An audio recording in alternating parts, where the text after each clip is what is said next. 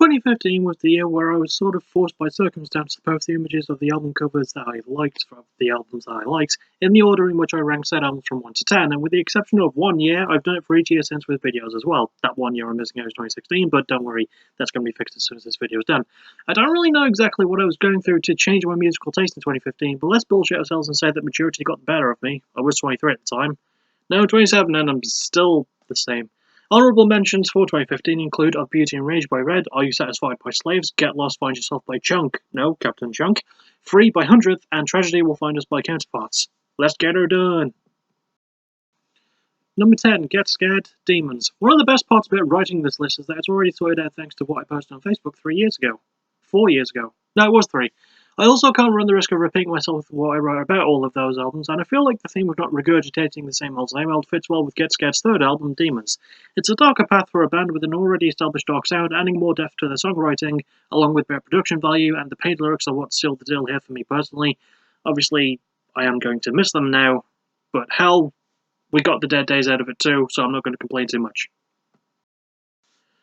Number 9, POD The Awakening. I bet that when people first heard POD, they didn't expect that they could actually crank out a surprisingly good concept album. The Awakening didn't have a lot of promotion going for it, but not knowing what to expect actually does help here.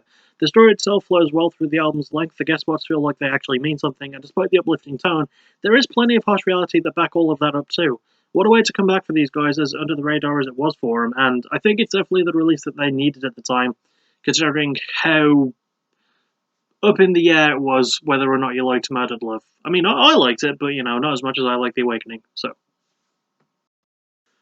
Number 8, Zebrahead, Walk the Plank. One thing that people often forget about pop punk as a genre is that, at the end of the day, it is ultimately supposed to just be a lot of fun.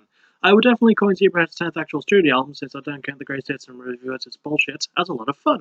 It's just this weird, irreverent little thing that goes to a lot of places musically but keeps the band's identity. It's a good example of experimentation done correctly, and it keeps the band's catchy songwriting intact, along with a nice organic flow to everything that they do. And they haven't lost that touch since, so. Number 7, Defeater Abandoned. How about we go from a lot of fun to a lot of sadness and angst and depression? I've said it before, but it bears repeating that Defeater essentially inspired backtracking as a series. I know the band certainly forced me to catch up on the backstory for this album. By listening to all their previous albums, it's really not hard to see why. It's ultimately a bleak story, as are all of Defeater's albums, but this one deals more with the topic of what to believe and why we should believe in it, and how much our faith can shatter when we're put through a difficult time. I don't think many other albums deal with struggling with faith and betrayal as emotionally as this one does, and then they released their new one, so they proved me wrong. It also helps that the band give it their all, and it just sounds really good too, as they have a tendency to do, because Defeater are viciously underrated, and you should definitely listen to their stuff. Number 6, Burn Halo, Wolves of War. Burn Halo is sort of the Loch Ness Monster of rock bands. You're not sure if they exist, and you really have to look for them and take pictures before they disappear again. It's no secret that through ever-changing lineups and record label switches, they haven't really had it easy, which is why this album's release is pretty much a goddamn miracle. Redefining the band's sound into a heavier beast, this album contains crushing instrumental work, in-your-face lyrics, and a much better production handling than last time around. It's hoping that they'll release new music before the planet finally explodes, and before I keep watching my paragraphs. So, yeah. Number 5, Senses Fail, Pull the Thorns from Your Heart. From Senses Fail, previous album before this one, Renaissance, I neglected to mention any references to bands like Deftones, as most of the people were saying that anyway. With Pull the Thorns from Your Heart, the band improved upon that sound whilst also sounding a lot more natural too. A perfect example of opening your heart to the world. This album is heavy, honest, performed well, and the production isn't really too bad either. It's rare for something that's bloody heavy to bring out so many bloody tears from my bloody eyes, but there you bloody go. Don't you bloody agree, bloody Ginger Kitty? He does. He's just too busy asleep. Number 4, Stick to Your Guns, Disobedient. It feels a bit strange to say this, but Stick to Your Guns don't like how this album didn't turn out the way that they wanted it to. It's weird to say that, because as someone who has listened to all of their albums, this one is definitely their best one in my opinion. I mean, true views up there too, but, you know. It's consistent and energetic, balancing the band's heavier side with their usual traditional punk rhythms, and all in all, it makes a good case for everything that good hardcore punk can and should be. The band might not like how it turned out, but fuck, I'll be damned if I agree with them, because I like how it turned out. I love how it turned out. It's good. Number 3, 4 Year Strong, 4 Year Strong. There are albums that restore credibility for a band that didn't have a good run, like POD. Then 4 Year Strong come along and prove that they are more than the sum of their parts. It's really not their fault for trying something new on some way, shape, or form, but it also just didn't work. I feel like this album is what that album should have been. It's heavy, it's catchy, it's full of fun energy, and it's also got a new sense of understanding more what they're doing. It shows the band's maturity as well, going more personal with the songwriting, and it's all done in a way that feels organic and authentic. I really hope we get new music from them next year, because, or before this year ends, because then it would actually be 4 years and not 5 years. Then that would make for an obvious joke. I'm just going to move on.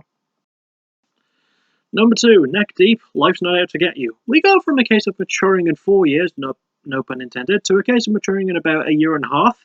Neck Deep's debut, Wishful Thinking, was pretty damn good, but the band hadn't even reached their final form by that point. Then they had the nerve to release this and reaffirm everyone's belief that Neck Deep didn't just come to play, they came to fucking stay. Life's Not Out to Get You might be the best pop punk album not named The Greatest Generation, and the smart lyrics, production, great performances, and great songwriting are what really seal it all together for me and reaffirm that Neck Deep are the band that pop punk needs right now, especially British pop punk. They're just so good. Why are they so good all of the time? That really frustrates me. And finally, my album of the year. Obviously, you knew this one coming, as as I already posted the images. Number 1, While She Sleeps, Brainwashed. While She Sleeps seems to have a system for all their albums, and that system is make them all fucking brilliant, mates. This is the 6 might be the most emotional. You Always the most epic in terms of scope, and So What is arguably the smartest and most daring, in my opinion.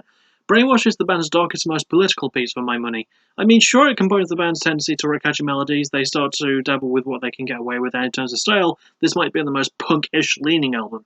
It's not the first Sleeps album to make me recognise them as a legitimate contender to the crown of Britain's best band, that goes with this as the 6, and the structuring, lyrics, performances, production, and darker tone are what makes this album, in my humble opinion, and it is just an opinion, I don't know how humble it is, the best album of 2015. And I did write it as album, but I just wanted to mispronounce it as album for the laughs. And that's it for all of the years that I missed in terms of videoing. In terms of videoing, in terms of making top 10 lists for those years. You know what I mean. Obviously, there will be album covers for them all, and for the videos, I did lists of, but didn't number the albums in question as well. I'll be rectifying that too, and I'll see you all guys for whatever's next, which is most likely a new Fight the Night review, because there is a UFC card this weekend.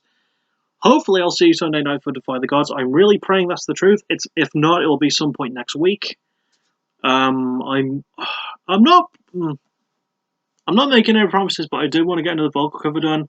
And obviously I'm going to be posting the images from 2011 all the way to 2018, and then I've got to do the 2019 best of videos.